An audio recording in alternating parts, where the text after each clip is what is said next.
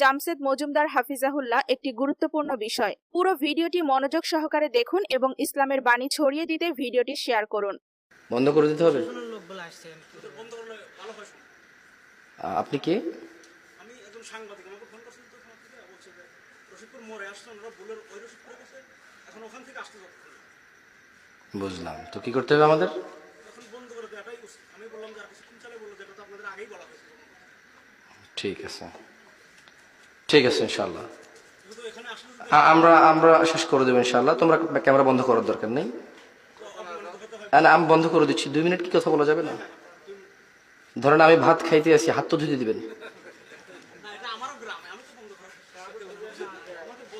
আমরা বলি ইয়া আল্লাহ, তুমি মহান, এই পৃথিবীর কর্তৃত্ব তোমার। যারা উদ্দেশ্যপ্রবণ ভাবে তোমার কাজে বাধা দেয়, তুমি তাদেরকে দেখে নিও।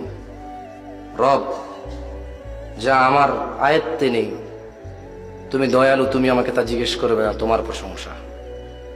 রব, যা আমার আয়ত্তে নেই, যা আমার সাধ্যে নেই, তোমার প্রশংসা, তুমি এত দয়ালু, তা তুমি আমাকে জিজ্ঞেস করবে না।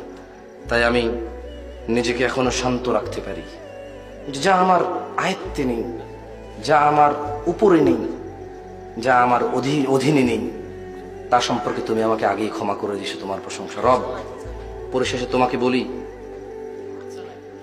যারা অহংকারী দাম্ভিক, তুমি তাদের দেখে নিও।